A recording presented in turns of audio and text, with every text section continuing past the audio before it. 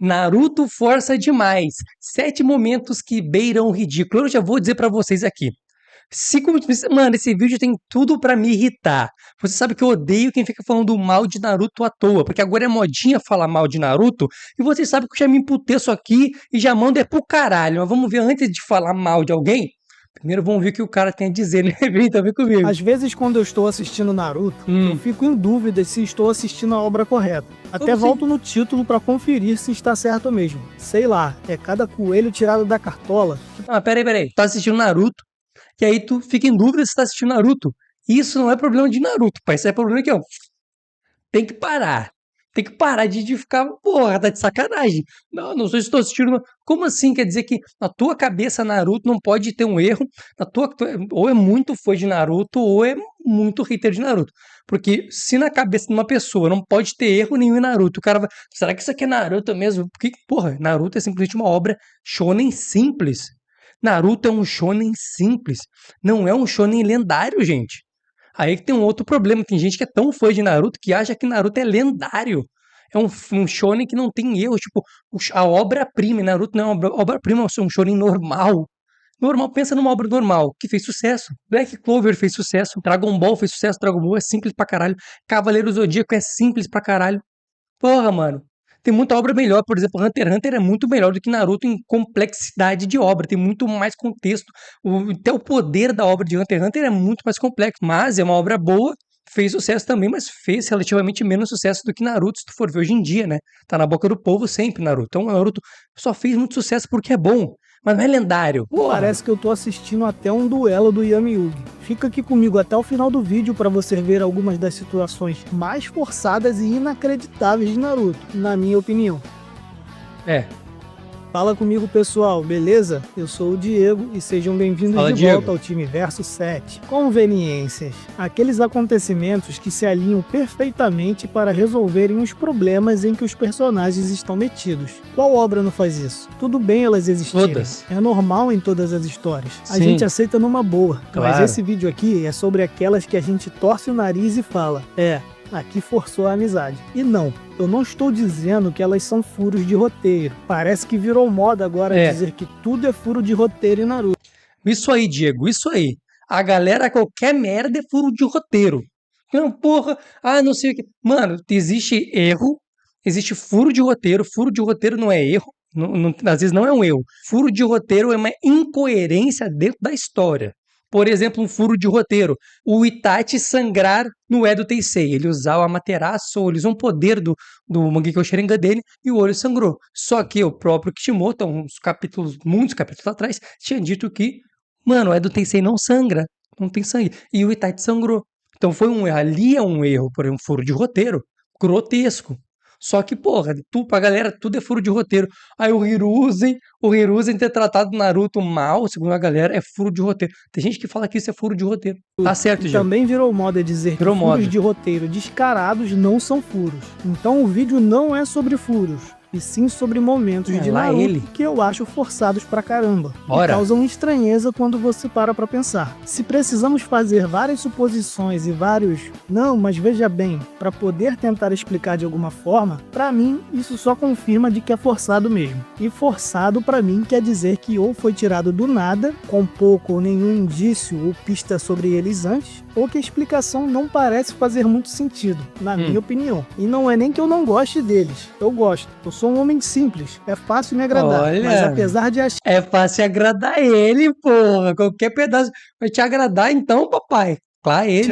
Eles são reviravoltas legais num primeiro momento, num segundo momento eu realmente acho que é forçado. E eu vou tentar variar um pouco, porque senão só teria Uchihas nessa lista. Então vamos ver esses momentos. Já senti uma farpa nos Uchiha aqui, tô percebendo que o irmão não gosta muito de Uchiha. Lógico, né? Vamos começar com a primeira e a mais mentirosa de todas. O Sasuke ter escapado da explosão do Deidara. Calma, pode apagar o que você estava escrevendo aí. Eu sei que você vai dizer que o Sasuke na verdade não estava sem chakra, e que isso era apenas a opinião do Deidara, e ele não era um ninja sensorial.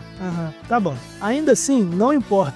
Olha o painel do mangá. A explosão já estava praticamente pegando no Sasuke. Olhem a distância que um estava do outro. Invocar o Manda, colocar ele em genjutsu, entrar na sua boca e depois desfazer a invocação, o Sasuke virou o relâmpago amarelo, né? Mas essa já está batida, Marquinhos, então vai ficar apenas como menção honrosa. Porque comparada às que virão, essa do Sasuke é fichinha. Essa é forçada pra caralho mesmo. A coitada da Konan preparou tudinho. Ficou anos e anos observando o Obito para entender tudo sobre o seu jutsu. Ela até descobriu que o limite de tempo máximo de intangibilidade do Kamui era de 5 minutos, embora eu não consiga imaginar como ela pode ter descoberto isso, né? Mas de qualquer forma, ela abriu o mar com 600 bilhões de papéis bombas para finalizar o Obito. E apesar de tudo isso, Obito consegue sobreviver graças a um jutsu ocular totalmente quebrado dos Uchihas, o Izanagi. E esse momento só não vai entrar no top 7 porque o Izanagi já tinha sido exaustivamente mostrado na luta do Sasuke contra o Danzo. Então o peso de ser um coelho tirado da cartola, do nada aqui contra a Konan, diminui bastante.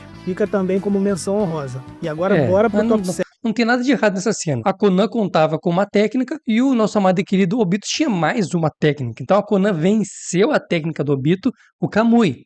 Mas ela não contava que tinha uma outra técnica que já tinha sido explicada. Então aqui não é furo de roteiro e aqui não foi tirado da bunda. Aqui não era nem pra estar na menção honrosa isso aqui, na minha opinião, né? Óbvio. Mesmo com todo o esforço da Folha para resgatar o Kazekage a tempo, não teve jeito. Eles chegaram tarde demais. Gaara já estava morto mesmo antes do confronto começar. E que raiva deu do Deidara quando ele ficou sentado em cima do corpo do Gaara, hein? Pra falar que não. E depois da vovó Tia... Sentado no presunto gelado, papai. Ele gosta do gelado. E Sakura conseguirem derrotar o Sasori e o Naruto e o Kakashi perseguirem muito o Deidara, eles finalmente conseguem recuperar o corpo do Gaara. Naruto se sente frustrado e chora pelo Gaara, que não merecia aquilo. E quando a vovó Tio tenta falar com ele, Naruto explode pra cima dela e pra cima da aldeia da areia, por terem feito a vida do Gaara tão miserável. Então a velhota decide fazer alguma coisa boa na vida. Ela usa um jutsu que troca a vida dela pela do Gaara e traz o Kazekage de volta. Teve preparação pra ele, quando a senhora Tio curou a Sakura e uma fala dela dizendo que tinha coisa para fazer depois de derrotar o Sasori. Mas o principal problema para mim é a explicação. Ser uma técnica de transferência ou jutsu feito para animar objetos inanimados como marionete não deveria ser igual a mexer com a vida e a morte. Porque a gente sabe que em Naruto, para ele estar vivo, é porque tem uma alma. Então trazer uma alma do além de volta ao corpo, principalmente de alguém como Gaara, que já havia morrido tinha algumas horas, já tinha um tempinho. Então eu acho forçado sim. É um jutsu muito forte sacado para resolver o problema do Jinchuriki morrer após a Biju ser extraída. Tão forte que se compara com o jutsu dos 6 caminhos, o Hime Tensei. Esses mestres de marionete da areia sabem muito, hein? Achei muito ridículo isso. Esse poder do nada, assim, muito... Porque para pensar, o Gaara não estava morrendo e morreu e voltou. Ele já estava gelado, pai. O cara estava no Vasco, ó. Ele tinha até feito gol pelo Vasco. E aí, simplesmente, a vovó Shio faz um jutsu, cara. Que jutsus parecidos com esses são o Edo Tensei. Aí a gente pode chamar o selo consumidor Demônio Morto. Tem alguma relação, porque mexe com a alma e tal. E o jutsu do Rinnegan. Então, olha os jutsus que são parecidos, cara. Jutsus de alto nível. E a véia faz... Do nada, puxa aqui a mãozinha, pá. Faz sentido, não é furo de roteiro, dá pra explicar, tem toda uma explicação, só que realmente, foi do nada, assim, vou salvar ele aqui, vou entregar minha vida, e pá, valeu pessoal, tchau, já vivi demais. Convenientemente foi uma velha, né? E o ponto que eu gostei do vídeo do cara aqui é que é o seguinte, ele explica algumas coisas antes, ele não sai falando, não faz sentido, não, ele falou, esse jutsu teve sim uma certa explicaçãozinha de tipo uma preparação pra ele. A velha fala, eu vou ter que fazer uma coisa mais importante depois disso. Que era o que ela sabia que provavelmente o Gaara tinha ido pro Vasco, e ela teria que puxar ele de volta para jogar com a gente aqui, não no Vasco. Entendeu? Então teve essa meio que preparação, talvez o Kishimoto já estava preparando isso, mas realmente é um jutsu poderosíssimo. Orochimaru já havia sido selado pelo Itachi, e não havia mais nenhuma forma dele retornar, já que o próprio Itachi já tinha morrido. Só que aí o Sasuke simplesmente inverte os selos de mão que o Kakashi usou lá no clássico e tira o Orochi de dentro da marca da Anko. E para que o Kobrudo foi trazido de volta? Foi para realizar o Edo Tensei. E como ele vai fazer isso com os braços ainda selados, o Suigetsu descobriu um pergaminho que contava como desfazer o selo do Ceifeiro da Morte. Basta achar umas máscaras mágicas para isso. Com isso, o Orochimaru consegue recuperar os seus braços e fazer o Edo Tensei de todos os antigos Hokages, que também estavam presos na barriga do Shinigami. E conveniente. E pessoal, pra galera que sempre fala que eu tô usando a mesma regata em todos os vídeos, realmente eu uso a mesma regata, só que não é literalmente a mesma. Eu tenho mais de uma regata branca. E para quem pediu o link da regata, onde podia comprar e tal, ele vai estar aqui na descrição, tá bom? Vai estar ali as regatas estilo americana, tipo do Wolverine, vai te ficar fibrado, que nem o papai aqui. Então clica ali caso esteja interessado, tá bom? As marcas da maldição viraram Horcruxes, onde o Kobrudo insere também um pedaço da sua alma e pode ressurgir por qualquer uma delas, que ele espalhou em várias das suas cobaias. Ou seja, é uma técnica de imortalidade 100 vezes melhor do que a porcaria do karma dos Otsutsuki. E esse pergaminho e as máscaras do Shinigami? O Orochimaru já sabia de tudo isso e nunca foi atrás. O pergaminho já estava em sua posse, estava em um dos seus esconderijos, e ele diz que o encontraram nas ruínas do clã Uzumaki. E as máscaras? Totalmente intactas em um templo completamente destruído e abandonado, perto de Konoha. Se forçar, mais caga. Aqui eu concordo com ele totalmente. Na verdade, já cagou. Já tinha forçado tanto. Já tá até limpando. Porque, mano, faz sentido tudo isso aqui. O Orochimaru estar ali dentro, porque ele já estava dentro da marca do Sasuke, então a gente já teve uma preparação para isso. A questão do clã Uzumaki, tudo bonito. A questão do templo do clã Uzumaki, também bonito e tal. Mas tudo ao mesmo tempo, na hora, foi isso aqui, ó. Pá, toma, na tua cara, é isso aqui. Teve máscara, o Orochimaru... E nisso aqui o Orochimaru volta com os braços dele, o Orochimaru volta bem, saudável, as máscaras estão todas intactas no templo, um templo velho, antigo de não sei quantos anos atrás. Esse templo tava... Ninguém nunca foi nesse templo. Ninguém nunca viu isso aqui tão escondido assim, não. Esse templo não foi feito para estar escondido. E ele tava, realmente, isso aqui foi tirado. Essa aqui foi muito forçada. Eu lembro, né, até na época eu falei, caralho, cara, aqui o Kishimoto tava na erva, que é pesada, fantástica, né? A situação era a seguinte: Madara colocou todo mundo no Tsukuyomi Infinito. Apenas Naruto, Sasuke, Kakashi e Sakura escaparam graças ao Susanoo do Sasuke. Vendo que eles escaparam, Madara diz que finalmente chegou a hora de se livrar deles então. Naruto ainda discute um pouco com o Madara, mas do nada, o Zetsu Negro enfia o bração no coração do Madara, deixando todo mundo de queixo caído. Madara não consegue se mexer, e é constrangedor o que o Zetsu faz com ele, deformando completamente o seu corpo, mostrando que, assim como ele fez com os outros, ele, Madara, também foi apenas um peão nas mãos de outro. E Kaguya finalmente é revivida. Talvez você pensasse que esse seria... Aqui eu sempre falo, olha o bundão do Naruto aqui, pai. Aqui, mesmo que toda essa merda desse arco aqui da guerra, aqui o final, porque pra mim o arco, a parte final da guerra em Naruto, eu acho ridículo, não gosto muito.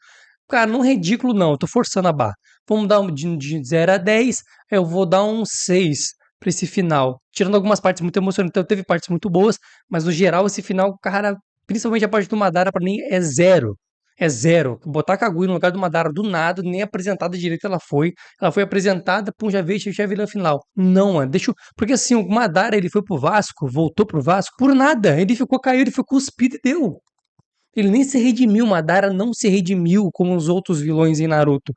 Não, vou ser do bem e tal. Ele falou até pro Hashirama, mas né, isso aí foi o que foi, é o que tem. Ele falou mais ou menos isso, mano. O resumo é isso aí, foi, deu. Não deu, a gente não conseguiu. Não conseguimos fazer o que a gente queria fazer. E acabou pra mim, deu, tchau, fui. Vasco. Goleiro do Vasco a partir daquele dia. Deu? Nem isso. Porque assim, geralmente o Kishimoto tira o vilão pra dar pra ele uma redenção. Não. Ele vai se redimir, agora ele é do bem. Tá ligado? Sabe que eu odeio isso, né? A questão é que o Madara nem isso foi. Madara continuou com os seus planos, tudo que ele tinha na cabeça dele, até o final. Ele não voltou atrás. Só que chega a Kaguya, e aí? Deu. Chega ela e ele vai pro Vasco. Nenhuma redenção ele teve. Então ele podia ser o vilão final e ser vencido. Ou perceber que, até mesmo ele poderia ter uma redenção, mesmo que eu não goste da redenção. No final ele se redimir e ajudar a lutar contra a Kaguya. Aí ficaria interessante. Se sacrificar, dar o poder dele pro Kakashi, como o Obito foi. Não, o Obito deu pro Kakashi, digamos que ele ajuda a Sakura, ajuda o Naruto, sabe? Alguma coisa ele faz ali para mostrar que ele é pica, que ele é foda e que ele ajudou também a vencer o vilão, porque ele se arrependeu ali, viu que tinha sido enganado. E aí Isso da Kaguya pra mim é nojento, é nojento. Eu realmente não tem como, mas esse bundão do Naruto aqui sempre salva nessa cena. E não o tem top como. 1 da lista, porque foi completamente inesperado. Top Mas 1, não mano. foi não. Quer dizer, a empalada do Zetsu até foi inesperada, mas algumas coisas já estavam sendo preparadas antes. Sim, no capítulo muito 626, pouco, mostra que Hashirama tinha percebido alguém observando a luta deles no Vale do Fim. No capítulo 646, Madara conta a história do chakra e da árvore divina, e diz que uma princesa comeu o fruto da árvore. E Madara diz com todas as letras que o nome dela era Otsutsuki Kaguya. No 670, Hagoromo também conta toda a história de Kaguya. E no 679, a Kaguya aparece. Então, olha quantos capítulos, foram poucos capítulos. A Kaguya foi apresentada no meio de uma confusão. Tava um aglomerado de coisa acontecendo e bota um pouquinho da Kaguya aqui, um pouquinho ali, um pouquinho lá. Ela aparece, vez. Tudo bem, ela poderia fazer tudo isso igual, mas o Madara deveria ajudar a vencer ela, de alguma forma. E não simplesmente, imagina, ele foi enganado, mano. E traído. A reviravolta final começou a ser trabalhada um pouco antes. Eu sei que a gente não pensou isso na época, mas se o Sábio dos Seis Caminhos, que sempre foi uma lenda, apareceu, meio que dá margem pra gente desconfiar que outra parte da lenda, sua mãe, poderia aparecer. E eu realmente não acho que tudo sobre a Kaguya e os outros Otsutsuki sejam necessariamente ruins. Só foram muito rushados mesmo. Se tivessem sido trabalhados ao longo de todo o Shippuden, como o próprio Madara foi, teria sido um final muito melhor. E como esse é o meu top 7, ele não vai ficar nem no top 3. Tem tantos Deus Ex Machina a favor dos Uchihas, umzinho contra eles, eu vou passar um pano. Eu tô falando que esse cara aqui não gosta de Uchiha, mano, eu já senti lá no início. Madara estava lá na paz, solando os 5 Kages. Só que usando o trabalho em equipe, eles conseguiram pressionar o Madara tentando selá-lo. Nisso, Madara decidiu responder de forma adequada, usando seu Susanoo perfeito. E depois de alterar a geografia do local apenas com uma espadada, Madara decide esmagar de uma vez por todas os 5 Kages. Porém, seu Megazord começa a se desfazer, e Madara percebe que é o Edo Tensei que está sendo desfeito. Então, sabendo que deixaria aquele mundo, Madara tenta fazer um ataque final usando Katon. Depois disso, sua alma já começa a deixar o corpo, mas mesmo assim ele ainda usa o Susanoo novamente. E eu, inocente, achava que liberar um jutsu significava desfazer um jutsu, mas não para o Madara. Mesmo com a alma dele já querendo sair do corpo usado para o Edo Tensei, mesmo com o jutsu já desfeito pelo próprio usuário do jutsu, o Madara simplesmente mete um liberar que faz a alma voltar para o corpo e esse corpo continuar sendo um corpo imortal e com chakra infinito, mesmo com o jutsu já desfeito. E toda aquela urgência de fazer um último ataque antes de partir foi o quê? Encenação, né? Palhaçada. A explicação, Madara diz que quem sabe os sinais de facção do jutsu pode reincindir o contrato, o que deveria significar que um ninja habilidoso do passado conseguiria se negar a ser controlado e lutar contra quem ele não queria, desfazendo o jutsu e voltando ao pós-vida. Mas não para o Madara. Para ele, desfazer significa apenas desfazer o controle, mas continuar com todas as vantagens do jutsu, mesmo que o jutsu não esteja mais ativo porque o próprio invocador do jutsu já havia desfeito o próprio jutsu. O que falar disso aqui? Nada, né? Apenas bater palmas e apreciar. Madara. É isso, pai. Kishimoto tinha mesmo seus prediletos. Todo mundo sabe que o Itachi queria ser derrotado pelo Sasuke. Porém, em alguns momentos da luta, o Sasuke realmente pressionou o Itachi e trouxe risco real a ele. O principal deles foi quando o Sasuke usou sua arma secreta, o Kirin, um jutsu impossível de desviar. Mas para surpresa do Sasuke e até mesmo do Zetsu, Itachi do nada saca um Exódia que tem ativação instantânea e sobrevive. E ele mesmo diz que se não fosse pelo Susanoo, teria morrido. Que conveniente, né? O jutsu certo com a velocidade de ativação certa para aquele momento. E o Susanoo realmente me incomoda, porque se ele fosse um poder somente do Mangekyo do Itachi, já seria forçado, porque os poderes estabelecidos do Itachi antes eram apenas o Tsukuyomi e o Amaterasu, 2 jutsus que têm a ver com o próprio clã Uchiha, já que as habilidades dos Uchihas sempre foram genjutsus e afinidade com o estilo fogo. Então ter 2 jutsus oculares que são extensões dessas habilidades, uma evolução, um aprimoramento, chamas negras e um pesadelo infinito, estaria tudo bem, mas um avatar humanoide gigante, tá, né? Para os Uchihas não existe o impossível. E isso que é o pior, é um poder comum para todos os Uchihas que despertaram o Mangekyo. Aí eu fico me perguntando, alguns capítulos antes foi mostrado que o Sasuke seguiu o conselho do Itachi e foi ao local secreto dos Uchihas e leu tudo que havia escrito ali sobre eles. Com isso, ele descobriu mais sobre o Mangekyo e deu a entender que o poder mais forte dos olhos era conseguir controlar a Kyuubi, porque eles discutem que o preço para isso era cegueira. Nada sobre um Susanoo, uma habilidade comum do Mangekyo. Mas nesse caso aí, é que aquela pedra ali foi manipulada pelo nosso amado e querido Zetsu Negro, a Moeba, o Karma da Kaguya, né? Minha teoria aqui é que ele era o Karma da Kaguya, um pouco modificado, que ela fez para poder se salvar, né? Que foi o que salvou ela, entre aspas. Kaguya ainda que tá viva, tá selada, né? A questão é o seguinte, o Sasuke foi lá ler os bagulhos da pedra e ele ficou sabendo do que a pedra contava. E a pedra não explicava sobre o Susanoo, explicava sobre essa questão da maldição ali, aquela coisa toda e tal, para despertar o Rinnegan e o Mangekyo Sharingan, mas não explicou sobre o Susanoo. Pra mim, não é tão roubado. Não acho. Tudo bem ter vários poderes diferentes individuais que não foram contados naqueles documentos que o Sasuke leu. Mas o Susanoo, que era comum, deveria estar lá. Sim, os documentos também tem isso. Tem os documentos, aquela coisa. Mas, mano, aqui é tranquilo. Aqui não é tirado da bunda. Na casa ele tá falando que o Susanoo é tirado do... Só que não.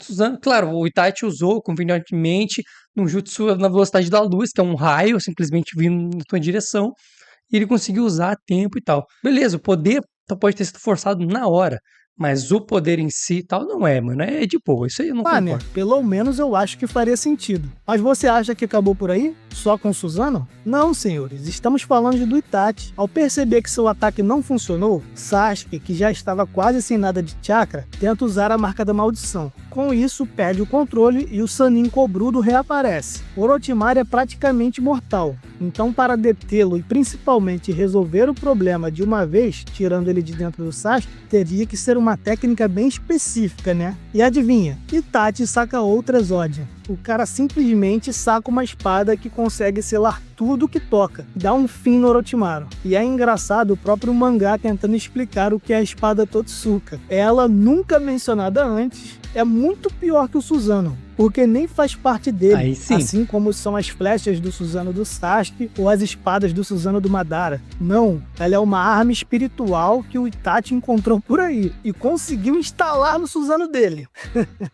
Faz todo sentido, pô. Além disso, ela é uma variante da espada Kusanagi. Que eu não lembrava disso, mano, que o Itachi tinha achado a Totsuka e colocado o Susanoo dele. Isso eu não lembro, não posso confirmar, então eu não lembro. Tinha, e era uma arma física. E pra não esquecer, ainda tem o espelho de Yatta, que segue a mesma linha. O cara tem armas mágicas mais roubadas que as do Sábio dos Seis Caminhos e tá tudo certo. Itachi Uchiha, senhores. Após uma batalha prolongada em várias dimensões diferentes, Kaguya decide dessa vez mudar para uma dimensão com gravidade aumentada, tão pesado que afeta todo mundo, mesmo a própria deusa. No primeiro disparo que ela faz contra Naruto e Sasuke, eles conseguem esquivar, mas no segundo, com a mira ajustada, ela iria acertar. Porém, Obito e Kakashi entram na frente, e no último momento, Obito usa o Kamui para teleportar o osso que acertaria Kakashi, e apenas ele é atingido, sacrificando a sua vida para que Naruto continue lutando. Depois, Naruto, com raiva, consegue acertar um belo ataque na Kaguya, arrancando seu braço e deixando seu chakra instável. Mas depois de absorver mais chakra, ela fica mais forte ainda e cria uma esfera da busca da verdade gigantesca, que era uma grande ameaça para todos ali. E se eles já não estavam conseguindo vencer a Kaguya antes, agora mesmo é que não conseguiriam. Porém, nem a morte segura os Uchihas. Obito, que estava sabe-se lá onde, já junto da Rin, decide voltar e dar seu chakra ao Kakashi, que desperta o duplo Mangekyo Sharingan, e com isso vira a mesa totalmente com seu Susanoo perfeito, que lança Kamui Shurikens e consegue passar pelos ataques da Kaguya, acertando a deusa em cheio e colocando ela numa posição onde seria selada por Naruto e Sasuke. Ela ainda tenta lidar com eles, porém Kakashi continua usando Kamui atrapalhando ela, e com isso finalmente a deusa é selada por eles. A vida e a morte deveriam ter pelo menos algumas regras,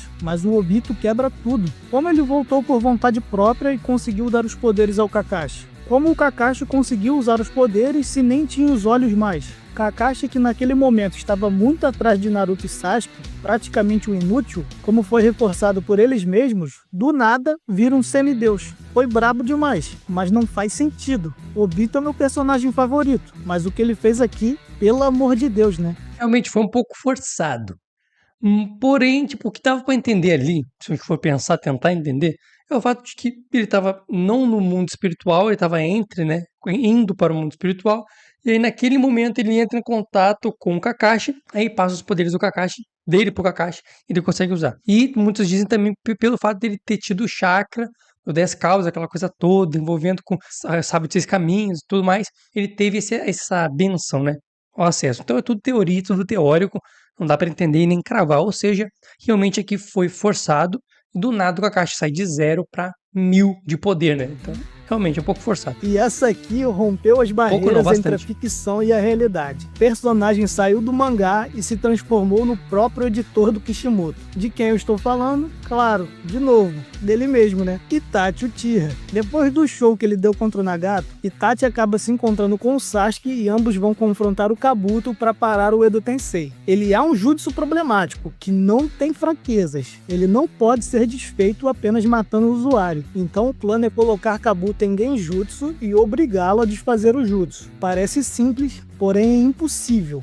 porque Kabuto mostra ter um grande poder e um pacote de habilidades que são counter de tudo que os irmãos Uchihas podem fazer. Kabuto é tão superior a eles que consegue até colocar os Uchihas em genjutsu. Ele dá com a cobra na cara dos dois em todos os aspectos. Até modo sábio e infeliz tinha. Nem de visão o cara precisava para lutar, além de ter a vantagem do local da batalha. Totalmente imune a tudo que eles poderiam fazer. Então, já que os Uchihas estavam encurralados numa situação impossível que ele mesmo criou, o menino Kishimoto resolve como, vendo que é impossível usar o Tsukuyomi e colocar o Kabuto em genjutsu, Itachi simplesmente saca outro Exódia. Dessa vez o Izanami, um genjutsu ocular que justamente não precisa afetar o sentido da visão. Depois disso, sinceramente, eu não sei pra que o Kishi se dá o trabalho de tentar explicar. Ele diz que é um jutsu que prende o alvo em um ciclo infinito de eventos, forçando ele a confrontar suas ações e aceitar a realidade, e que ele é ancorado pelas sensações e não pela visão. Cara,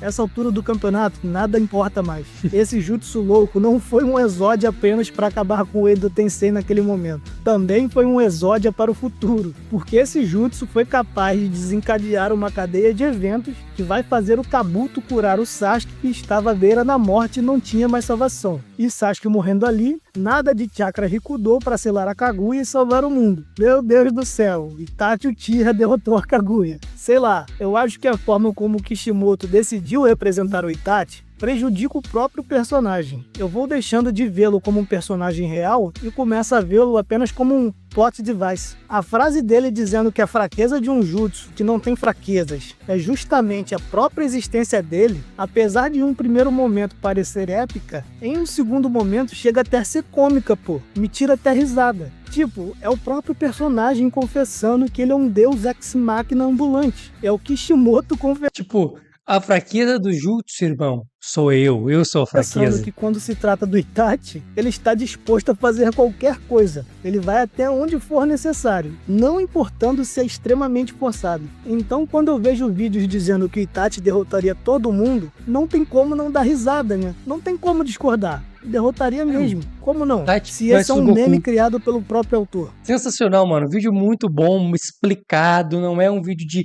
hate ao Naruto. É explicado. O cara explica cada ponto. Isso foi muito bom. Gostei demais do canal do irmão aqui. Vou até aqui dar um meu like, porque realmente é foda, tá bom? Fico com Deus. Até o próximo vídeo. Fui.